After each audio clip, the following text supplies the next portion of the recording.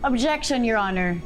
I believe that the counsel has been given this time to cross-examine the witness and not to give some beauty pageant speech. Miss Universe, Attorney Matias, proceed to cross-examination. Miss Maya, sinabi mo kanina na bandang 2:00 ng madaling araw nung March 1, 2024 nakarinig ka ng iyak. Tama ba? Tama. At kaya ka naniniwalang may nangyaring rape dahil sa iyak na yon. Tama? Tama. Sigurado ka bang iyak yung narinig mo? Siguradong sigurado. Talaga? Hindi kaya ang narinig mo ay isang ungol ng babaeng nakikipagtalik?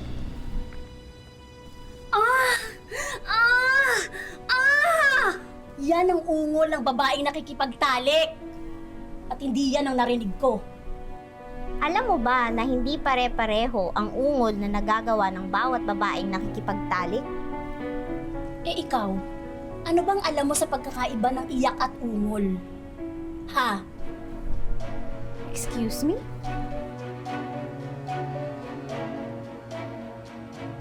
Uulitin ko. Alam mo ba na hindi pare-pareho ang ungol na nagagawa ng bawat babaeng nakikipagtalik? Nakipag-sex ka na ba, ha? Para mapatunayan mo sa amin na umungol ka na sa buong buhay mo.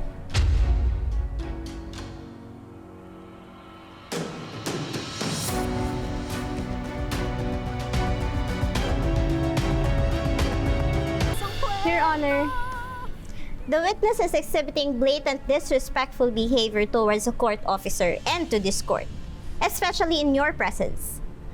I believe the counsel of the witness failed to properly brief and prepare this witness as to how she should behave when testifying on an actual court hearing. Attorney Almodal, advise your witness to observe proper decorum. If she repeats this behavior, she will be held in contempt, and I will not allow that in my courtroom to happen. I will not tolerate this disrespectful conduct in my courtroom. You never disrespect this court again, or I will hold you in contempt. Do you understand? 10 minutes, please.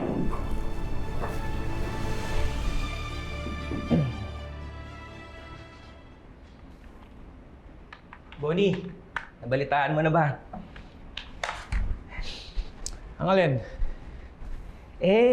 May nagmarites sa akin sa court. Eto, mainit-init pa.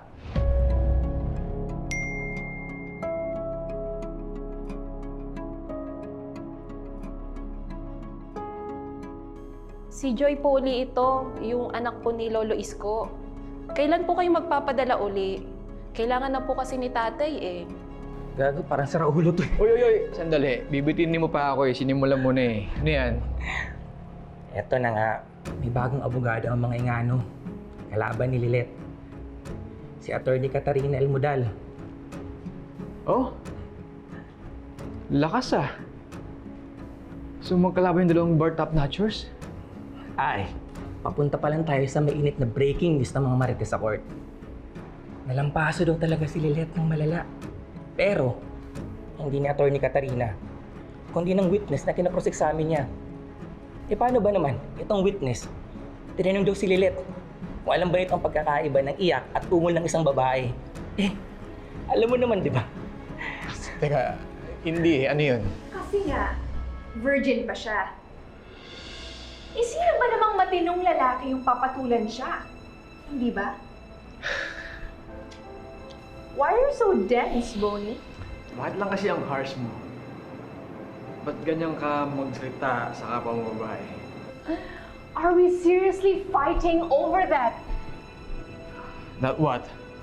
Oh, I have a long list in my mind with your client. Attorney Bonnie, Lilet's secret lawyer, Lina.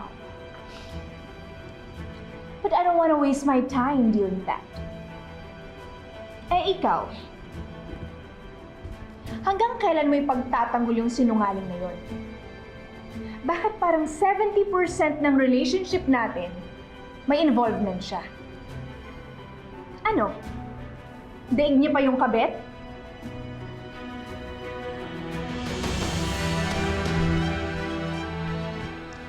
Sorry din ah. Okay lang. Hindi mo kasalanan. Kailan ba yung next hearing? Alam ko. Nakipag-sex ka na ba, ha? Para mapatunayan mo sa amin na umungol ka na sa buong buhay mo. Okay lang yun, Lilith. Sabi mo na lahat ng dapat mong sabihin. Naitanong mo na dapat mong itanong. Hindi naman to tungkol sa'yo eh. Laban.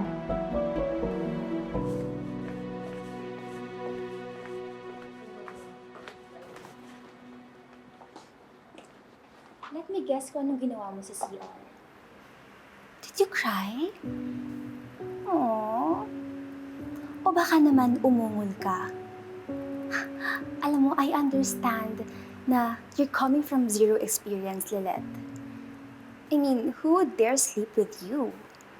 Ew.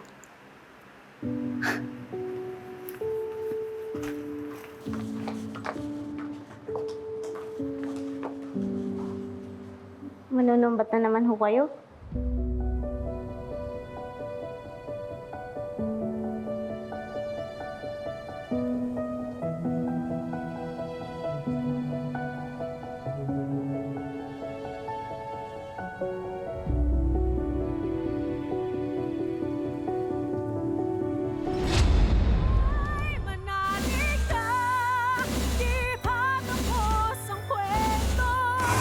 Dahil lasing ako, he asked me kung pwede ako pumunta sa room niya to rest. Nung sumama ka kay Ino sa kwarto, naisip mo ba na pwedeng may mangyari sa inyong dalawa? Yes.